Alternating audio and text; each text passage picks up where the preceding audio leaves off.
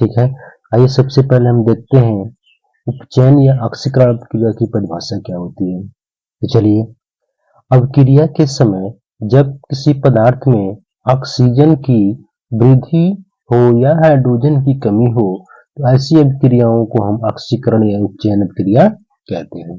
चलिए, अब हम इसके ऑक्सीकरण अभिक्रिया के उदाहरण देखते हैं। ठीक है, चलिए, यहाँ पे कॉपर है, यहाँ पे ऑक्सीजन है, दोनों मिलकर क्या बना रहे हैं, कॉपर ऑक्साइड। तो यहाँ पे थोड़ा देखिएगा, कॉपर में जो ऑक्सीजनों की संख्या है, ऑक्सीजन को उससे लिखा जाता है, ऑक्सीजनों की संख्या है 0। ठीक है, अब इधर से इधर चलिए, आप चल रहे हैं अभिकारक से उत्पाद की ओर। ठीक है, ये हो गया अभिकारक और ये हो गया उत्पाद। अब आप देख रहे हैं कि इधर ऑक्सीजन, इसमें कॉपर में ऑक्सीजनों की संख्या क्या है, 0 है, लेकिन इसमें ऑक्सीजनों की संख्या कितनी है, 2। कितनी है, 2। अब बताइए, अभिकारक से उत्पाद की ओर चलने पर ऑक्सीजन की वृद्धि हो रही है। क्या हो रही है, ऑक्सीजन की वृद्धि। ऑक्सीजन की वृद्धि क्या हो रही है, ऑक्सीजन की वृद्धि हो रही है। मतलब ये किसका उदाहरण हुआ, उपचयन या ऑक्सीकरण अभिक्रिया का उदाहरण हुआ।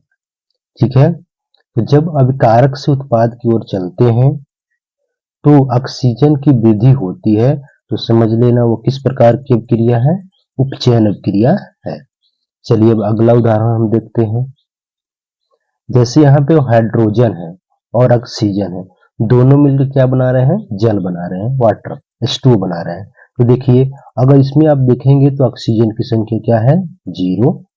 इसमें ऑक्सीजन कहाँ पे है, एक भी नहीं है, ऑक्सीजन संख्या क्या है, 0 है। इसमें ऑक्सीजनों की संख्या आप देखेंगे तो ऑक्सीजन की संख्या कितनी है, 2 है। कितनी है, 2। तो अब देखिए, अगर हम ये उत्पाद अभिकारक से उत्पाद की ओर चल रहे हैं, अभिकारक से उत्पाद की ओर, ठीक है, आगे अब बताइए, यहाँ पे ऑक्सीजन की कमी हो रही है कि वृद्धि हो रही है, ऑक्सीजन की क्या हो रही है, वृद्धि हो रही है। मतलब क्या हो रहा है इसका, अब उपचयन हो रहा है। क्या हो रहा है इसका, उपचयन हो रहा है। ठीक है, चलिए अगला उदाहरण हम देखते हैं। जैसे सोडियम धातु है, ऑक्सीजन क्या मिला रहा है, Na2O का निर्माण कर रहा है। तो चलिए बताइए थोड़ा, यहाँ पे ऑक्सीजनों की संख्या कितनी है, 0। यहाँ पे ऑक्सीजनों की संख्या कितनी है, 2। तो अब बताइए, इधर से इधर जाने पर ऑक्सीजन की कमी हो रही है कि वृद्धि हो रही है, वृद्धि हो रही है। तो अगर हम यहाँ से उत्पाद की ओर चलते हैं तो यहाँ पे क्या हो रहा है, ऑक्सीजन की वृद्धि हो रही है। ऑक्सीजन क्या हो रही है, वृद्धि। मतलब किसका उदाहरण हुआ, उपचयन क्रिया का उदाहरण हुआ। उपचयन क्रिया का उदाहरण, ऊपर वाला एरो का चिन्ह बताता है क्या, कि ऑक्सीजन की वृद्धि हो रही है। ठीक है, चलिए एक और उदाहरण हम देख लेते हैं। जैसे मैग्नीशियम है, मैग्नीशियम ऑक्सीजन की संख्या कितनी है, 0। इसमें ऑक्सीजन की संख्या कितनी है, 2। अब बताइए, अभिकारक से उत्पाद की ओर चल रहे हैं तो क्या हो रहा है, ऑक्सीजन की वृद्धि हो रही है। यहाँ पे क्या हो रही है, ऑक्सीजन की वृद्धि। ऑक्सीजन क्या हो रही है, वृद्धि हो रही है। देखिए यहाँ पे हो रही है ऑक्सीजन की वृद्धि।